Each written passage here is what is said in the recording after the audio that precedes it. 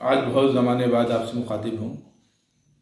Social media पर आप लोग काफ़ी बातें सुन रहे हैं सोशल मीडिया पर, और मेरे बारे में काफ़ी कुछ कहा जाता है। अब मैं ये वीडियो अपलोड कर रहा हूँ तो भी तरह तरह के बेहुदा समाजवादी कमेंट्स करेंगे।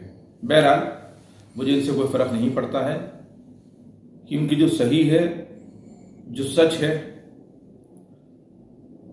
उसे कहना अगर गुनाह है तो ये गुनाह मैं बार बार करूंगा। ये अलग बात है कि बहुत ज़माने मैंने गलत का साथ दिया, ये अलग बात है कि बहुत ज़माने मैंने झूठ का साथ दिया। उसकी मुझे उस गलती की सज़ा भी मिली। बहरहाल आज सोशल मीडिया पर एक पत्र वायरल हो रहा है, उसमें कहा गया समाजवादी पार्टी के ज़िला अध्यक्ष लिख रहे हैं। अब वो हैं या नहीं है इस वक्त, हालांकि मुझे तो ये मालूम है कि अभी ज़िला कार्यकारिणियाँ सब भंग हैं। बहरहाल ये उनकी पार्टी का आंतरिक मामला है।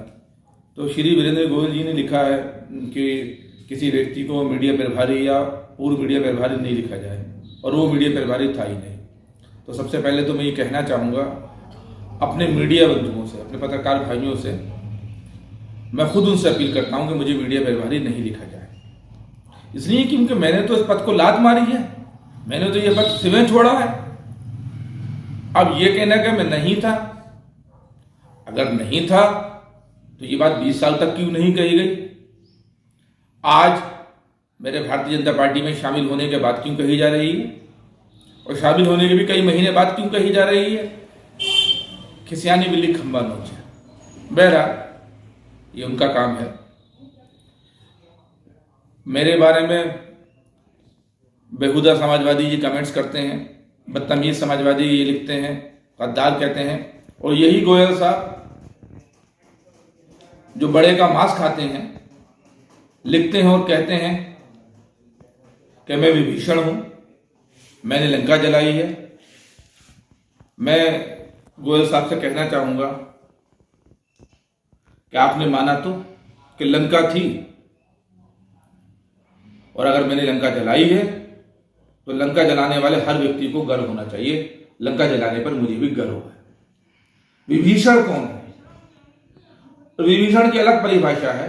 गद्दार कौन है यह भी तय होना चाहिए। एक तरफ तो गोयल साहब आपके नेता ने मुझसे बयान दिलवाया समाजवादी पार्टी के राष्ट्रीय अध्यक्ष अखिलेश यादव जी के खिलाफ,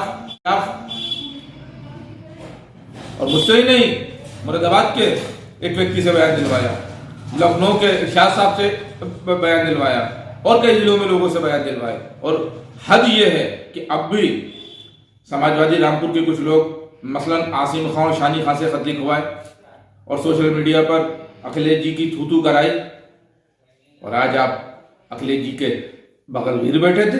आपके नेता साहब, शर्म आना चाहिए। मैं विभीषण मुझे कहते हैं, विभीषण आप हैं। मैंने अगर विरोध किया वो अलग बात है कि आपके कहने पर किया, लेकिन मैं अपनी बात पर अटक रहा। मैंने विरोध किया तो किया, और भारतीय जनता पार्टी का साथ दिया तो भारतीय जनता पार्टी में शामिल होकर दिया। आपकी तरह नहीं कि मुझसे बयान दिलवाकर उस बयान का सौदा करा दिया, और अब फिर आप बयान किसी और से बयान दिलाकर सौदा कराना चाहते थे। वो अलग बात है कि वो वाली बात आई नहीं। मैंने विरोध किया, अगर आपके कहने से भी किया, लेकिन उस विरोध पर अडिग रहा। मैंने मोदी जी की, योगी जी की और भारतीय जनता पार्टी के कुशल नेतृत्व को देखते हुए भारतीय जनता पार्टी में शामिल हुआ हो। बेहुदा समाजवादियों, मेरे बारे में बेहुदा टिप्पणी करते हो, ये कहते हो कि मैं मुकदमों से डर गया। अगर मुकदमों से डरता तो 27 मुकदमे मेरे ऊपर लगते ही नहीं। और आपने देखा होगा, मैं आप सबसे कहना चाहता हूं कि जब मुकदमे की जो न्यायिक प्रक्रिया है वो वैसे ही चल रही है जैसे कि और लोगों पर चल रही है। ये जो मुजरिमान और लोग हैं वैसे ही प्रक्रिया मुझ पर चल रही है। कोई स्पेशल राहत मुझे नहीं मिली है। हाँ, मैं बेगुनाह हूं, मेरा अल्लाह जानता है, मेरा ज़मीर जानता है। न्यायालय तय करेगा, न्यायालय की बात न्यायालय में तय होगी। अगर मैं बेगुनाह हूंगा तो मुझे न्याय मिलेगा। मैंने तो भारतीय जनता पार्टी में शामिल होने वाले दिन माननीय प्रदेश अध्यक्ष जी के सामने कह दिया था कि मेरी कोई ख्वाहिश नहीं है, मेरी कोई लालसा नहीं है। और क्यों होगी ख्वाहिश? जिनके साथ आधी जिंदगी बिता दी, जिनके लिए पूरा जीवन समर्पण कर दिया, अपने पिता तक को खो दिया, उन्होंने मुझे कुछ नहीं दिया तो मुझे आपसे कुछ नहीं चाहिए। मैं कार्यकर्ता की हैसियत से मेहनत करूंगा। हाँ, अब्दुल कहकर जो लोग मुझे गालियां देते हैं, अरे बेवकूफो, जाहिलो, तुम खुद को गाली देते हो। अरे अब पहचानो अपने आप को। अब्दुल मैं नहीं हूं, अब्दुल तुम हो। तुम्हारा यूज किया गया है। जो अपने आप को सेकुलर दल कहते हैं, समाजवादी हो या कांग्रेस हो, तुम्हारा यूज किया है, तुमसे दरिया बिछवाई है, और उसके बाद तुम्हें छोड़ दिया दोराहे पर।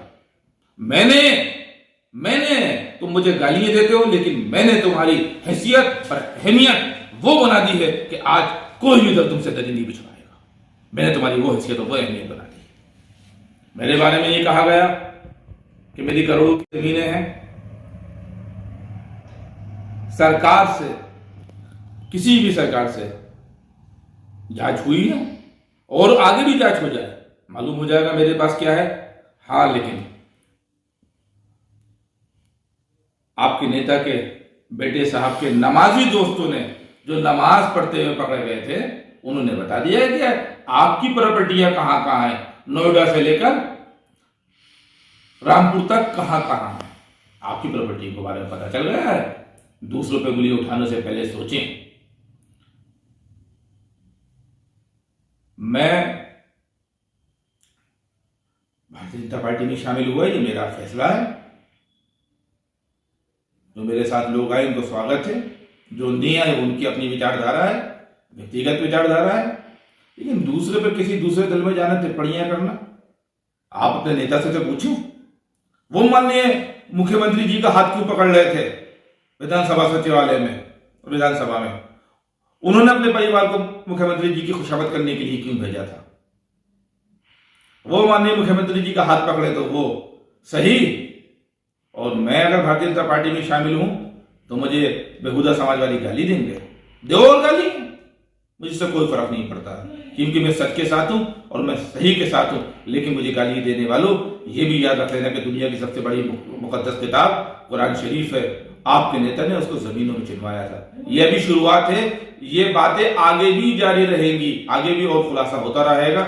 मुझे छेड़ा गया है, इसलिए मैं उन बातों का जवाब दे रहा हूं। मैंने जवाब नहीं दिए थे, मैंने तो शामिल होने वाले दिन ये कहा था कि भारतीय जनता पार्टी की नीतियों को देखकर शामिल हुआ हूं। लेकिन मेरे बारे में ये कहा कि अब्दुल पोछा लगाएगा। अरे मैं तो कुछ भी कर लूंगा, मैं अब्दुल थोड़ी हूं। हाँ, अब्दुल किसी भी दल में पोछा नहीं लगाएगा, ये मैंने हैसियत बना दी है। आगे भी आपसे बात होती रहेगी, बहुत जल्दी बहुत खुलासे होंगे, बहुत जल्दी आपसे मुलाकात होगी।